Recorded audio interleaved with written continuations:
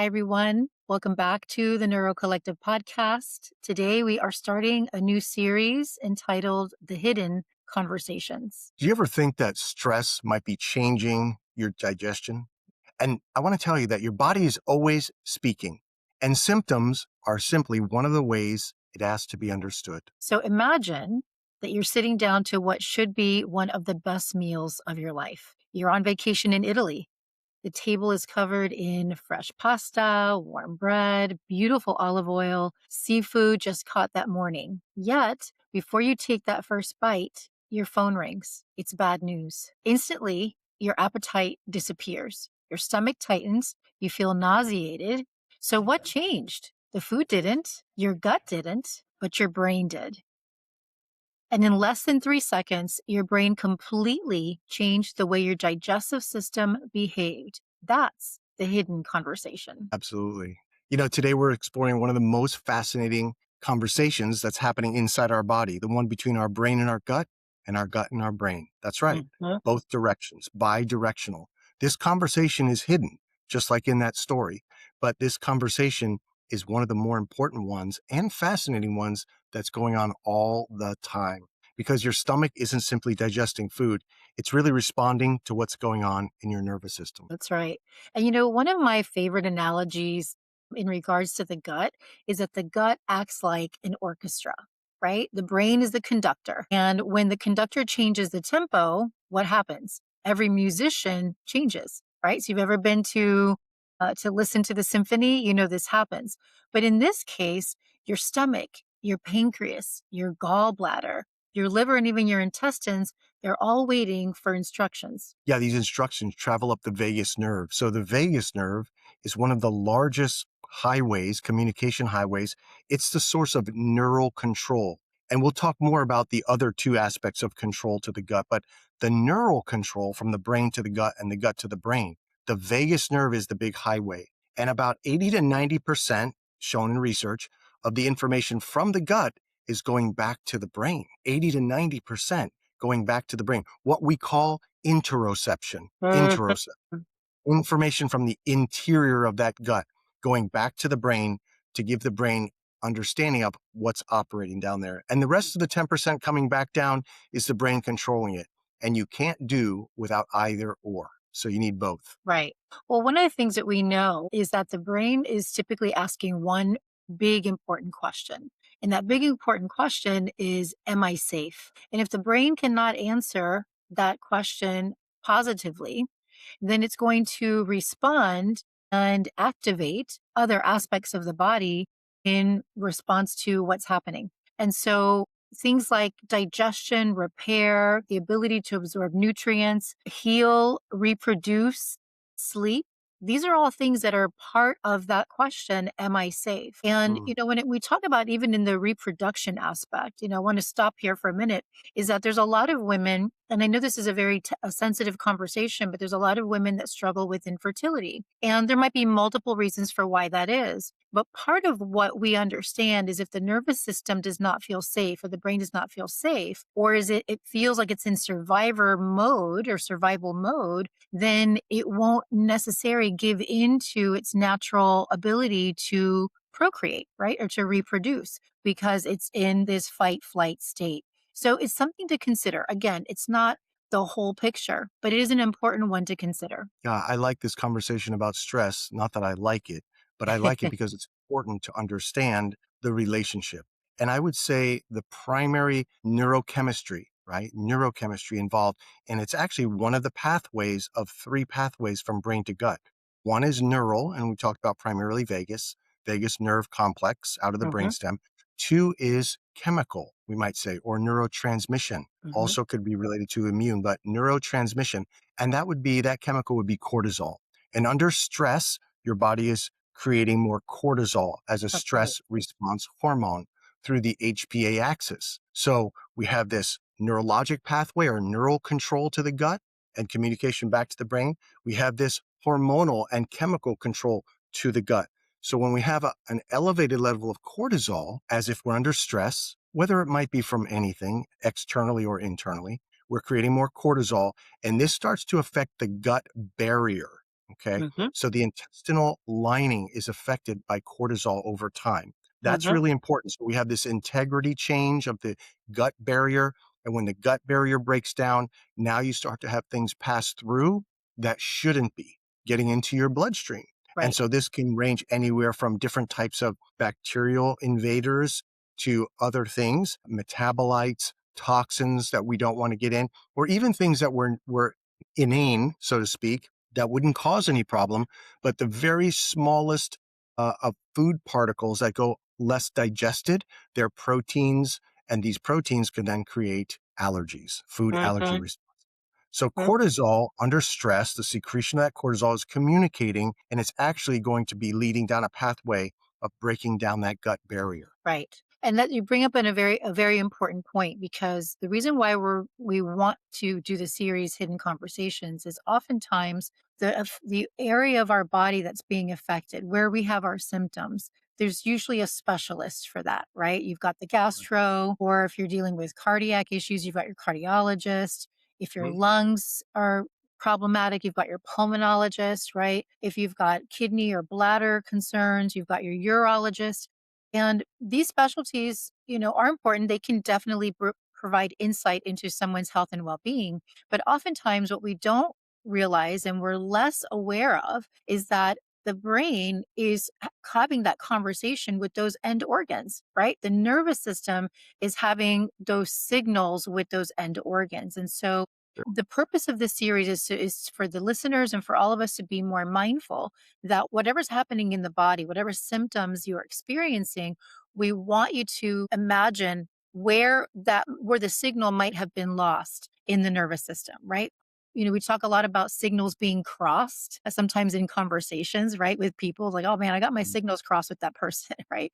That we were Yeah. like totally not on the same page is another way of saying that. And we know that signals between the brain and the body are highly important, but we don't know enough about them, and we're not taught enough about that to recognize that there's a signal perhaps that's been lost versus an end organ being the problem. This is so good. The way you're expressing that is that these symptoms, it's really something that all of us can relate to. And I'll give you this example. I love it in your notes here that butterflies are neuroscience.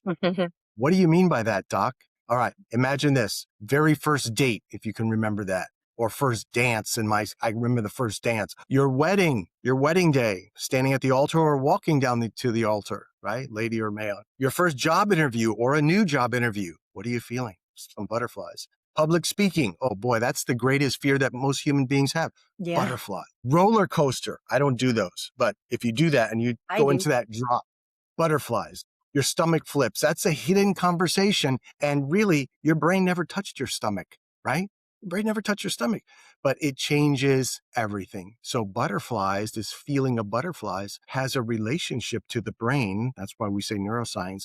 And the symptoms, or let's not call them symptoms. Let's just call them perceptions, things that you're sensing in your Yes, body. I It may love not be that. a bad symptom. Yes. Butterflies, you could say, are a symptom, but they're also I'm perceiving something here, my nervousness, right? Yes. So this has a relationship and an explanation in the brain. And then furthermore, symptoms, when we're suffering a little bit more, actually may have a relationship and a beginning, as you said, in the brain. Hmm. Yeah, and really stress. I mean, we've had stress in history, human beings have had stress historically, but I think it's become more of a modern epidemic, right? Would you agree? Where stress, it's like everyone's just used to being stressed, and being stressful and being busy is kind of a badge of honor, unfortunately. But living stressed and having, all the financial worries and constant notifications, poor sleep, inflammatory food, all of this on repeat causes your nervous system to feel like it never gets the message that you are okay, right? And even you would think, well, the message must be there when I'm sleeping, right? Not necessarily, because if you were to monitor your sleep architecture and you're someone who's under chronic stress, you might also notice that your sleep cycle is also a bit haphazard and therefore stressing your body. So what's the answer, Doc? I mean, obviously we understand, I think all of us listening can understand that stress is not something that is always beneficial. Sometimes it's good, but for the most part, to have chronic stress this is ailing our system and ailing our bodies. Yeah, there's one doctor that we know that talks about the sympathetic spiral of doom. I Oh, love his statement. And sympathetic doesn't mean sympathy. It means the parasympathetic and sympathetic nervous systems, right? And I'm hmm, using this kind of movement with my hands, like up and down scales, because the parasympathetic has a lot to do with our digestion. And that's really the focus today, is the hidden conversation between the gut and the brain. And this is more on the parasympathetic side of function, meaning when your body is not going and active, it's in the rest and digest kind of state, if you will. right. And so this sympathetic spiral of doom that he talks about and teaches about is that we can't get ourselves home, so to speak. We can't Hmm. get away from the ongoing, consistent demands sympathetically in our nervous system. And so when we can't step that down and get into the parasympathetic state, our digestion is going to suffer. The brain to gut axis is going to be disrupted by too much sympathetic signaling, which is actually going to shunt blood away from the gut into the extremities as if you needed to run or walk or move, right? That's right. Yep. Because your body is perceiving on some level threat.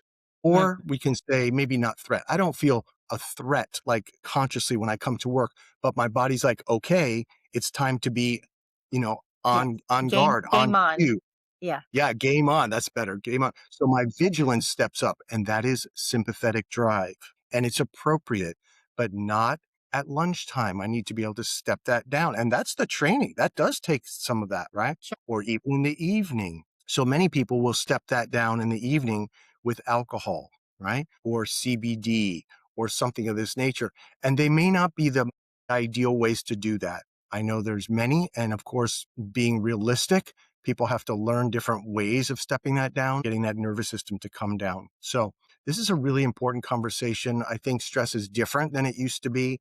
It Sure. probably is, if you were to ask our grandparents, stress, they would say, first of all, you think we don't have stress? I don't even know how much of and that was in the cultural language back then. It was you Hmm. did what you had to do, but maybe they would consider that, right? But perhaps going back 100 years, there was more physical stress because you Sure. had to be able to do more. Now, because of all the conveniences and technology, it's more mental or psychological stress, I would perhaps, agree with right? that. Yep. Yeah. Hmm. And go back 100 years, 1926, when the lights are going down in the afternoon, the lights are going down in the house. Not anymore. Now we have Right. 24 hours a day, 7 days a week, right? Right. And so we can access anything at all times, which can cause an increased sympathetic activity in the nervous system, thereby decreasing gut function again. Right.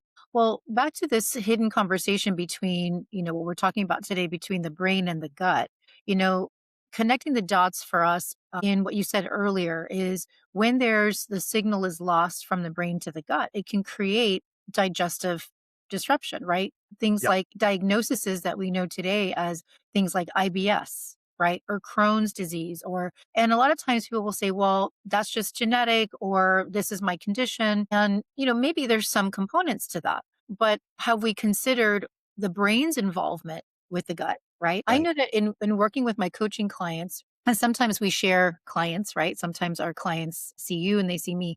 But I know that when working with my coaching clients, one of the things that we're always looking for is nervous system regulation, right? To Yes. help this woman be able to regulate her nervous system. But we do a check-in, like where are the hot spots of her stress on a regular basis? Where's the chronicity of stress happening? So that we can name it and then we can do something about that, right? Because if we're like, no, I'm not stressed, but yet the body is showing signs of stress, like digestive disruption, sleep disruption. These are all things that I always bring them back to the conversation of you may not feel stressed or you may not think you're experiencing stress, but your body is. Your body is showing signs of stress. And so we need to understand how to regulate the nervous system. And then when we Yes. start to put these things in place, first of all, help the person recognize that the body is stressed, whether they feel like it or not, is really important. I can say this from personal experience that my body was responding in stressful ways, but I didn't feel necessarily mentally stressed. And I think part of the modern epidemic is that we've kind of normalized the level of stress that we do experience that we think I'm not stressed. We think, well, I'm not really stressed. Well, because we've normalized our busy activities. We've normalized the way in which we carry ourselves, and that we're burning the midnight oil as they say, right? We've normalized those things and therefore we think we're not stressed. Am I boring Right. you, Doc? No, no, I'm sorry. I know. I'm just teasing. And so anyway, so going back to that is really important because, all of these gut issues that everyone is challenged by is not necessarily only happening in your gut. It's happening in your brain. And so Right. let's consider what your brain needs. And this is where I love that functional neurology shines, right? Because we're not saying, don't pay attention to your gut, of course. We're going to consider gut issues and we're going to talk about food choices and supplementation. But what we're first talking about is where is the stress and how is your brain responding to that? That's right. Yeah, it starts here between your ears, right? And so for the gut to get the right signaling, now we said really approximately 10% is going downward. But when your brain, the frontal lobe, is sending a lot of its electrical charge down to the brainstem. Hmm. And the brainstem is where you have your vagus nerve complex, which is really running a lot of the gut function through that system. So, between those two connections, if you have a frontal lobe that has been injured, a frontal lobe that is under a lot of stress, a frontal lobe that um, has had a problem with depression or anxiety, Hmm. right? Any of these things are going to be affecting that frontal lobe, concussion, illness, where we've had immune issues, depression, anxiety, OCD. And now you're not getting the full type of supply to the brainstem. Imagine this microphone is going down to the brainstem, and then this is going to signal down to the gut. Now we're starting to run deficits downstream, right? And so this is going to disrupt motility, gut barriers, as we talked about, and even secretions in the gut that we need to break things down. So this is really an important issue. We need to start measuring things in the frontal lobe and in the rest of the cortex, the upper brain. We start in functional neurology, brain maps, eye tracking studies. Then we measure things in the brain stem like pupil responses. We also look at things like swallowing reflex responses. And then we'll look at vestibular function from the inner ear. You say, what does that have to do with the gut? Directly, not as much as we would think. But have Hmm. you ever, some of you listening or watching may have had this experience. You feel a bit dizzy, and then what happens? Nausea, right? Hmm. So there's relationships. But really, for us, looking at the brain stem itself, imagine this is the brain stem, the microphone I'm looking at. That brain stem can be analyzed through eye movements and vestibular function and swallowing reflexes and heart rate and blood pressure. And so we're analyzing those factors, those metrics, as proxies for how the gut may be functioning. And then we can use those areas to strengthen so the brainstem is stronger, the frontal lobe is stronger. So at least the downgoing signals are improved for the control mechanisms on the gut. Now, of course, you mentioned also the gut having improved not only digestion, because we may need to add some supplements to that. We may need to clear out things, toxins or bacterial things, mold, food allergies. Those all may need to be dealt with and cleared out. But we're coming from the top, the hidden conversation down Right. first in this episode to understand that. And it reminds me of a particular patient who is a mother of two. She's a young mom in her late 30s, a professional. She's a speech pathologist. So she's busy, right? She's a wife, she's a mother, she's a professional. And so she has a lot on her plate. And with the children, she has things to do for them after school. Hmm. So as she gets stressed, she deals with migraine headaches. And so one of the things we implemented with her was vagal nerve stimulation in the cervical area here. Some people Hmm. do in the ear. We were doing vagal nerve stimulation to mitigate her migraines. And what she would say afterwards, within a week of that, is it possible my digestion is better also? Yes, And we said, absolutely. yes. So Yes. this is one of those crossover areas. Vagal nerve can influence migraines and also influences the gut. And she benefited in both. Even though that was not her complaint or her symptom, she did Hmm. say, yeah, my gut is quite a problem, but my migraine's a bigger problem. But we Hmm. were able to address both through vagal strengthening and neuroplasticity building in that brainstem. Yes. Yeah, that's such a powerful story. And it reminds me too. I was talking to one of our clients yesterday, and she deals with dysautonomia, which we know is a brainstem signal or dysfunction, as we might want to call it. And we were talking about her food choices and her diet, pretty strong, doing really, really well, very organic, very clean. There's a few little tweaks here. But, she was saying that there's certain supplements that she has to take, that she must take in order to support her gut motility. Mm, And I was reminding her because she's just new into our process. And I said, as you begin this process of healing the signal between your brainstem and your gut, I will almost bet that your gut motility is going to improve during this time, this protocol, as you're engaged in this process. And her eyes wide open, she goes, really? I said, yes, absolutely. I said, because your brainstem controls a lot of all of that autonomic function that your body should just do naturally. So it makes sense that when your brainstem isn't functioning as it should or as it could, that your motility is going to be disrupted. Either in either direction, right? Neither one of them is good. We want it to be balanced. And so this is one of those hidden conversations that are very important. So if you're listening to this or know someone that has chronic gut dysfunction or gut issues, and they try everything, they've done so many things to try to help themselves, we have to point upwards, right? We got to take a look at, where's that hidden conversation that could be possibly happening from the brain to the gut that hasn't been addressed yet. And so, yes. is there anything else that you want to share, Doc? Because there's a couple of takeaways that I want to leave the listeners of things that they can do that will support this nervous system regulation process. Well, it helps bring them back into that safety in their nervous system. So why don't you present those to Yes. them? I think those are Yes. So there's a helpful. couple things that we wrote down that I think is important because the name of the game is make sure that your nervous system and your brain feel safe, right? So a couple practical tips. Eat without distractions when possible, right? Because that Mhm. rest and digest that Doc was talking about earlier really is an important piece. If you're eating on the run all the time, your nervous system is not getting the picture that you're safe. Your nervous Right. system thinks we are unsafe still and we're trying to digest this food.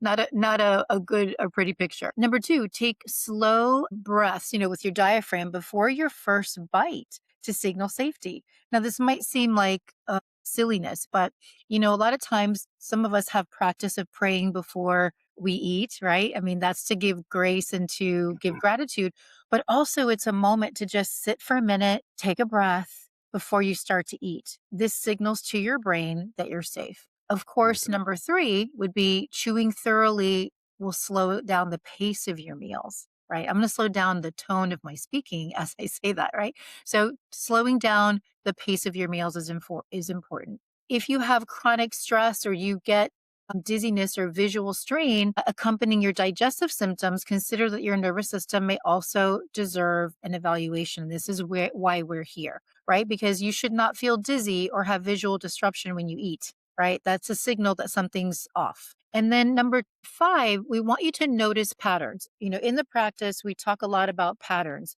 Do your symptoms change with stress? Do your symptoms change with sleep or travel? Do your symptoms change with emotional events? Right. And these clues matter because you might think, well, I'm just really weird that those things happen. No, that's your nervous system and your brain having that communication. So that's really important. So notice those patterns in yourself and in your body. All right. Anything else you want to leave us with, Doc? I mean, we should realize for a moment, as we're listening, that your digestive system's incredibly intelligent. It has as many neurons as your brain, some research will say. Hmm. So either way, if it has as many, if it has more, if it has less, realize that your enteric nervous system, your gut, is intricately and intimately linked to your brain and vice versa, and they need to be synchronized and working together. The signals need to be clear so that you can have that hidden conversation going on in a quiet and healthy way. Yes, I love that. All right. So until next time, we always want to remind you that you can heal and we can help. But we also want to say that next time we're going to reverse the conversation because if the bacteria living inside your gut were influencing your mood, like anxiety or focus, even your ability to think clearly, we want to uncover the hidden conversation that's happening in the reverse next time. Thanks, everyone.